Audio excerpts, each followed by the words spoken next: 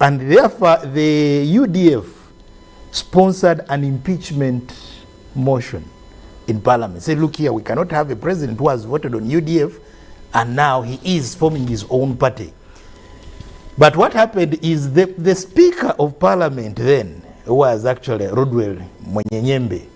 The day he was actually supposed to preside over the party, regardless of the fact that the new party did not have members of parliament in that particular house. Now the same thing happened in Congo, DR Congo, where you see Jeanette Mabunda, sponsored by Kabila's party, that has had the majority.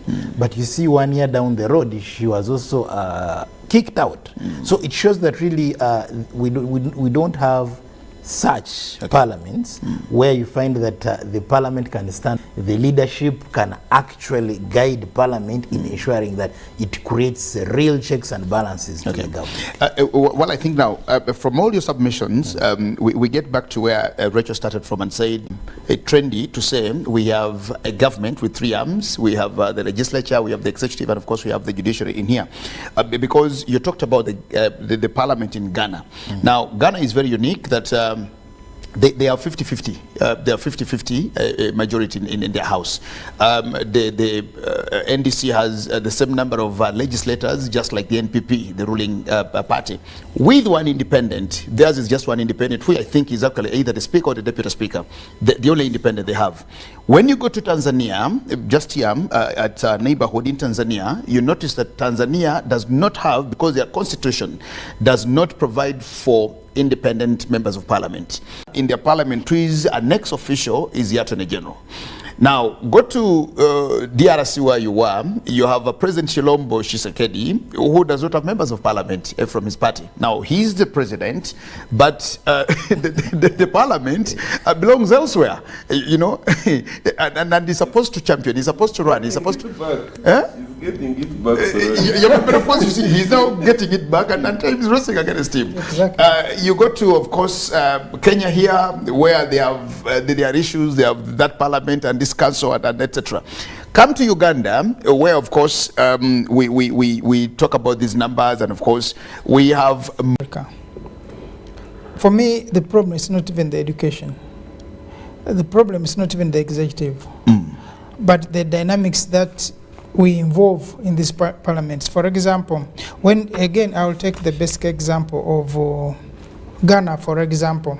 When you look at the layout of Ghana Parliament, and I wish someone can give us that information which we have on Ghana Parliament, you have exactly 50% of the opposition. Well, a producer can actually find those details. I think you can find the Parliament of Ghana get it. And its composition. The NDC and the NPP. Yes. Yes. It's 50-50. Now, why is it so? Of course, Ghana over time they have perfected their systems. Actually, maybe to just get you there. Now that's the Parliament of Ghana. But before they went into elections, sometime I think in October 2020, there was not a single constituency where NPP had a candidate and NDC did not have a candidate. In every constituency that you went to, and there was a candidate for John Dramani's party, there was also Nana Akfo's party. Exactly. At least everybody had somebody to win. There were no issues of unopposed. In this country, I think we start, the parliament starts with 10, 12, or at times even 15 unopposed members of parliament. Yes. So when you look at the numbers in parliament, the numbers are half opposition, half, and that's why they keep flipping power from this party. Next time every this 8 years, yeah, because the numbers are more or less. And we also, when you look at a country like Egypt also, in fact, the parliament of Egypt is such that the number of, like us, the number of people who are independents is more than those in opposition. In fact, almost more than half of the opposition, of those who are opposed to government, are independents.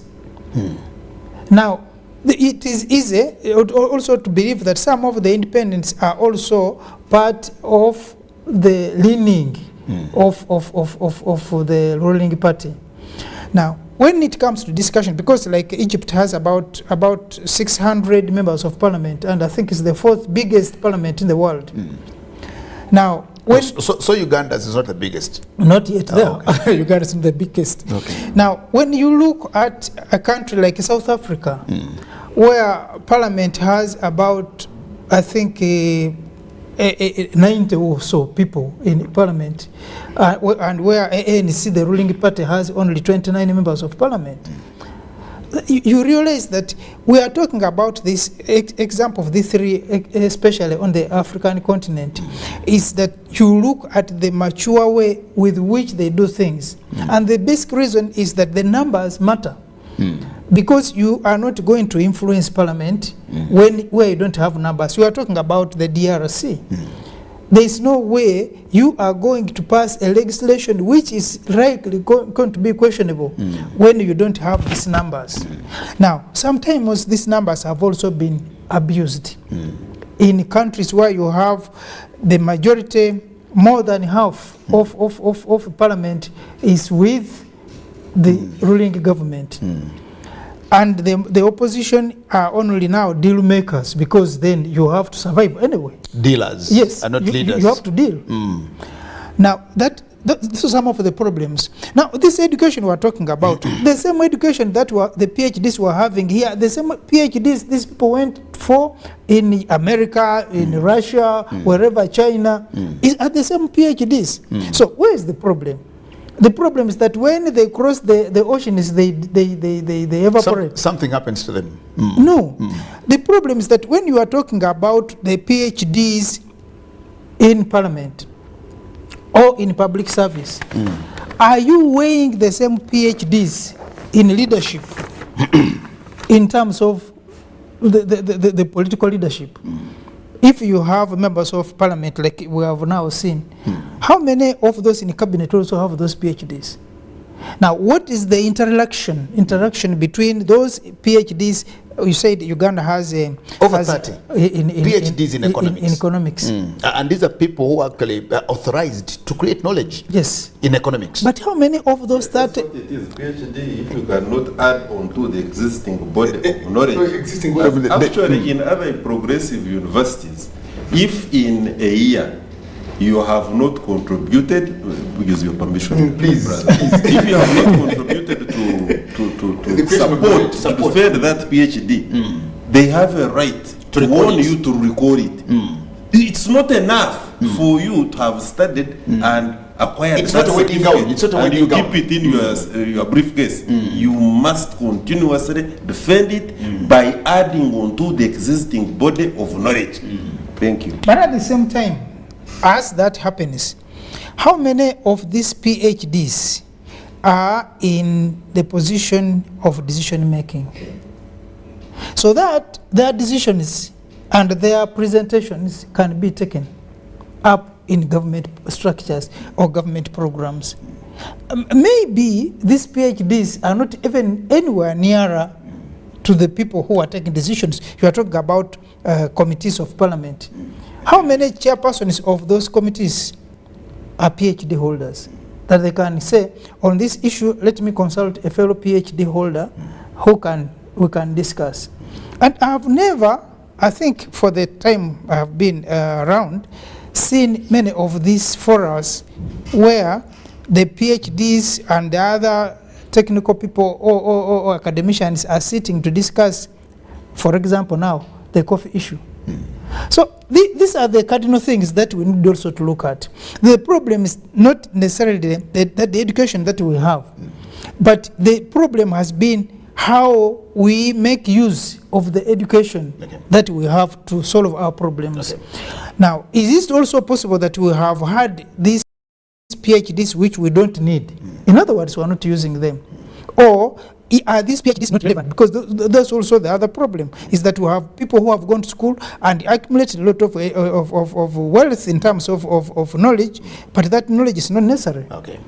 So, So there must be that interaction of the knowledge that has been acquired with the practicability and the necessity of that knowledge to be able to make use and to be used by the population, whichever population. Okay, gentlemen, well, it's 10 o'clock and I will just take a small break, then return thereafter and continue with our conversation to the viewers out there. We are in studios here, and of course, the usual Pan-African Friday team, Coleman Yamazima Ndugu Rugarama from the Pan-African Movement Uganda chapter, the chapter president there, and of course our guest today, our sister today, Rachel Takali, the African woman, and Ndugu James Mututa here on a Pan-African Friday. We'll take a break and return. When we come back, we continue with the conversation on parliament on the continent of Africa and how they develop our democracies. We'll return shortly.